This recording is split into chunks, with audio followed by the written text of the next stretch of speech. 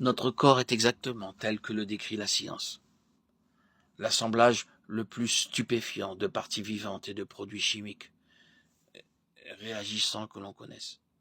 La complexité du corps physique dépasse toute possibilité d'auto-assemblage aléatoire. Mais ce corps est toujours dirigé par une seule volonté, un seul esprit, ou une seule personnalité, quelle que soit la complexité de ce conducteur immatériel.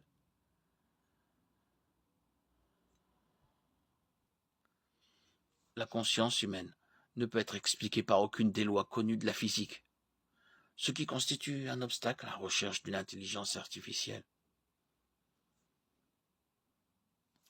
La réponse à la question du libre arbitre est loin d'être une science établie, un terme qui devrait rarement, voire jamais être utilisé à propos de la science. Pour les scientifiques du monde entier, il s'agit toujours d'une question de conjecture, d'opinion scientifique et de recherche en cours.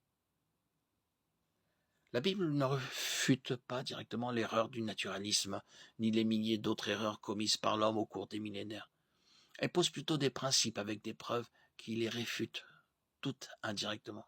Soit un créateur surnaturel a fait naître l'univers physique à partir de rien que nous puissions détecter scientifiquement, soit il ne l'a pas fait. Genèse 1.1, Hébreux 11.3. Soit nous, les humains, sommes faits à l'image de ce créateur. Genèse 1.26-27, de manière redoutable et merveilleuse. Psaume 139.14. Soit nous ne le sommes pas. Soit tous les humains ont un corps physique et temporaire abritant une âme spirituelle et éternelle. Soit ils n'en ont pas. Tout cela est résumé par David.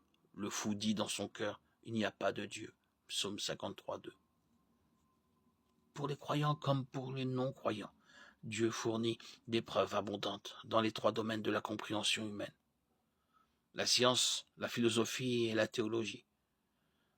La réalité non physique appelée spirituelle est acceptée non pas par une foi aveugle, mais par une combinaison éclairée d'observation, de raison et de foi.